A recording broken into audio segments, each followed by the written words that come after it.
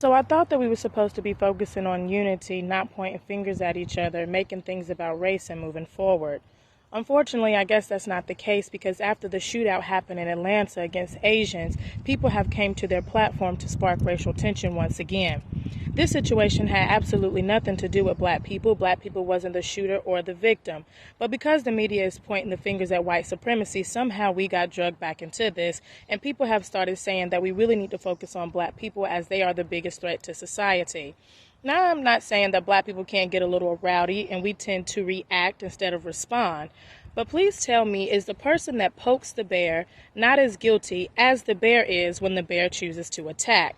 For example, in 1991, a 15-year-old child named Latasha Harlins enters into the Empire liquor store to purchase orange juice as she usually does.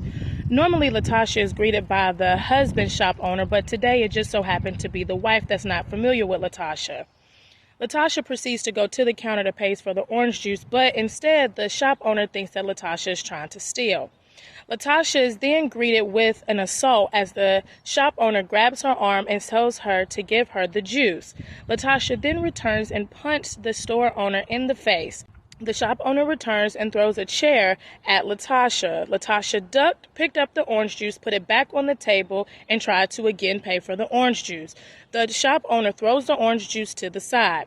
Latasha at this point gives up, turns around to walk out the store, and she is shot by the shop owner in the back of the head. Latasha falls to the ground, bleeds out in the middle of the store, and dies with the money in hand.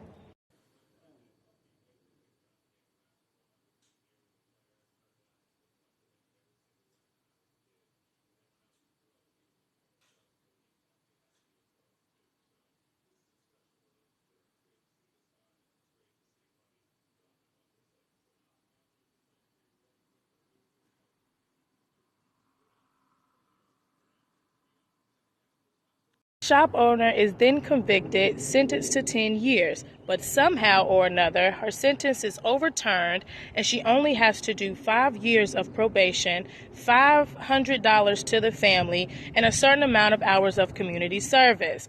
This obviously sent the black community in an uproar, not too far from the time that the Rodney King beating happened, and then which sparks the LA riots, in which a lot of Koreans were targeted at that point.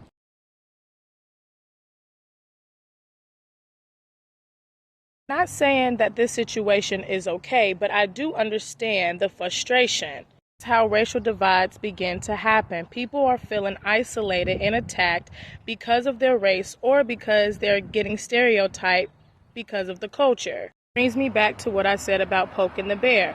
You can't continue to poke a bear and throw the stick and then blame the bear after the bear attacks you. Then blame the bear for being more violent than the person that poked it just because its response tend to have been more violent. Many Asians were doing interviews saying that all Asians should not be blamed just because certain Asians tend to stereotype.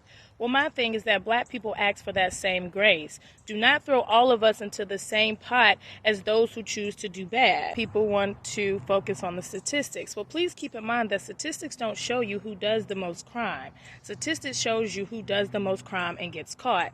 So are black people really the biggest threat to society, or are we just dumb criminals and don't know how to keep our crime on the low? So as y'all gather all of your receipts to get online today and slander the black community and point fingers, please make sure you don't omit stories like this out of the narrative, because black people can dig in the archives too.